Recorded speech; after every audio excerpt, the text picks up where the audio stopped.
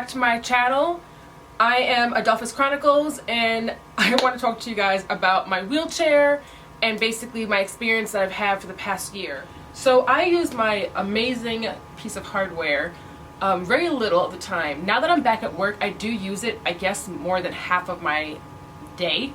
But before work, I would use it when I was shopping, going to events, or doing any kind of activity that would keep me standing or walking for a longer period of time. So I would keep it in my car. I don't use it in the house, never had. And if I'm going into like a Walgreens to pick up medication, from my car to the front desk where you get your medication, there's chairs. I don't really bring it in for that. But if I'm going into a Walmart, I know I'm going to be there for a while, or grocery shopping, or a mall, anything like that. And now that I'm working, I do stand from 5 to 10 hours a day. So I do use this a lot more, and I'm so excited because I don't think I can go back to work. So this has really helped me because I haven't worked in about a year and a half, and I'm on just hit 4 weeks, or just hit over 4 weeks. So I'm in week 5 and I'm doing great. And this is perfect. And so I think that if you really feel the need for a chair, then to do so. Do your research and speak to your doctor about it. I know a lot of people are a little weary about a chair because, you know, they're young or the looks they're going to receive. And honestly, I didn't have that feeling at all. I have a very different attitude than many do, but I do that's a big issue for many. Now, I know there's a big issue out there where you're in a wheelchair and people look at you when you stand up and they're like in shock. I mean, it's like a deer in the headlights. Like, wait, you can stand, but you're in a wheelchair. And I know that a lot of people are a little nervous about getting a chair because of reactions such as that. I received them. I still receive them, especially at work. I actually giggle because I know deep down when I stand, I'm going to get that reaction. And so I feel that people, you know, they look at those in a wheelchair as paralyzed, and that if you're not paralyzed, you don't need a wheelchair, which obviously is not the case. It's like they can't actually grasp the idea that people with disabilities need a wheelchair and they're not actually paralyzed, and that a wheelchair isn't actually made for just those who are paralyzed. It's like judging a book by its cover. There's like this stigma that you see a wheelchair, then they're paralyzed. And that's just kind of how it works. But obviously that's not the case. And I see that a lot of people, including those who are chronically ill, or anybody who just is not paralyzed, that's a big reason why they don't want to get the chair. They know what people are going to think, and they're nervous about what people are going to think, and they're going to take that into consideration about receiving a chair when they actually do need it. There's so many conditions out there where someone would need a wheelchair. Conditions that I may not have even heard of. And I've done a lot of research myself to kind of figure out what these conditions are. I know many of them, like EDS or Ehlers-Danlos syndrome. People with fibromyalgia also use a chair. People with POTS or Postural Orthostatic Tachycardia syndrome.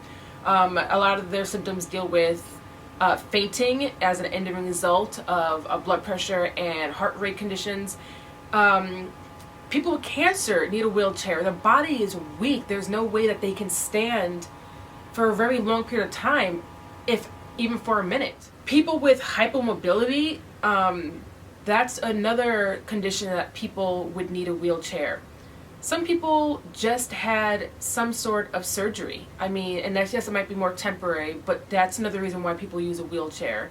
The elderly use a wheelchair because they're older and their body is more crippled. They need a little bit more support. There are so many different conditions. There can be conditions where someone has a feeding tube and they're on constant feeds and other wires and tubings and things like that, and they need that support to carry all that weight on their body. This is sometimes needed. There are just so many conditions and so many symptoms, for that matter, that will put somebody in a chair that doesn't deal with somebody who is paralyzed. And I just think that a lot are still judging a book by its cover, and when they see people like me or yourself get up in a chair from out of a chair, it's like, whoa, why are you so lazy? Why are you so fake? You're a child, or your child, so you need to grow up. Or you're an older person, why are you acting like a child? There's just so many people, they're going to be out there who are going to discriminate, and that's just how the world is. And unfortunately, fortunately the world is changing, but unfortunately it's not changing fast enough. But you have to kind of take a step back and go, I know that I need the chair, and I don't care what other people think, because I may not be paralyzed, but I do faint. I have a high heart rate that causes me to be very weak. I have a low blood pressure or high blood pressure that keeps me really, really weak, that my knees buckle and I collapse.